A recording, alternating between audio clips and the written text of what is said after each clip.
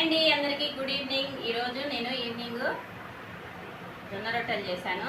చూడండి, ఇలా ఒక కర్చిప్లో వేసుకోవటం వల్ల మనకి ఎంతసేపు అయినా సరే రొట్టెలు అనేవి ఇలా మెత్తగానే ఉంటాయండి, లేకుంటే గాలి కారిపోతాయి అన్నమాట.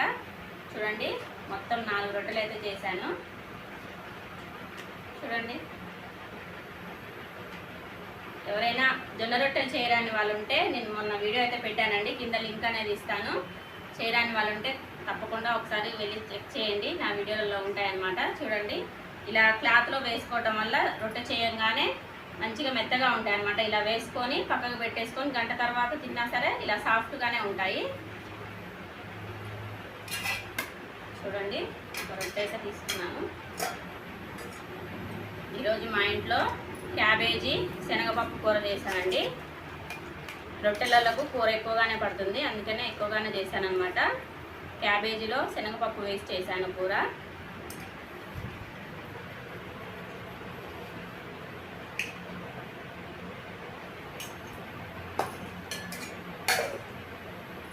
చూడండి, జొన్న రొట్టె ఎంత సాఫ్ట్గా ఉంటుందో చుట్టూ దగ్గర నుంచి. చూడండి, మనకి చపాతీ అయితే ఎలా ఉంటుందో అలా వస్తుంది మెత్తగా. చూడండి ఎంత సాఫ్ట్గా ఉందో.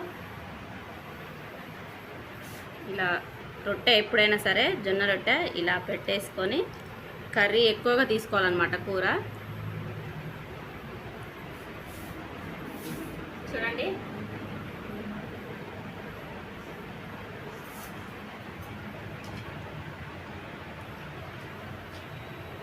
చాలా చాలా బాగుంది.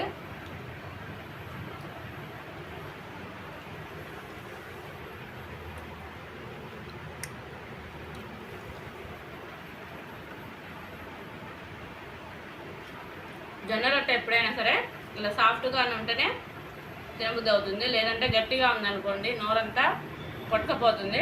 అందుకే ఇలా సాఫ్ట్గానే చేసుకోవాలి.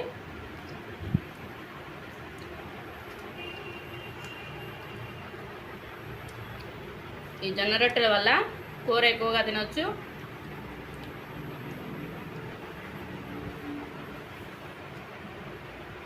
చాలా చాలా బాగుంది అసలు రెండింటి కాంబినేషన్ అయితే.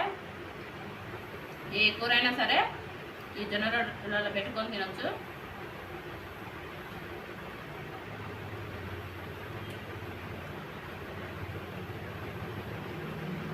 చాలా చాలా బాగుంది. వీడియో నచ్చితే లైక్ చేసి ఛానల్ అయితే సబ్స్క్రైబ్ చేసుకోండి. Bye bye.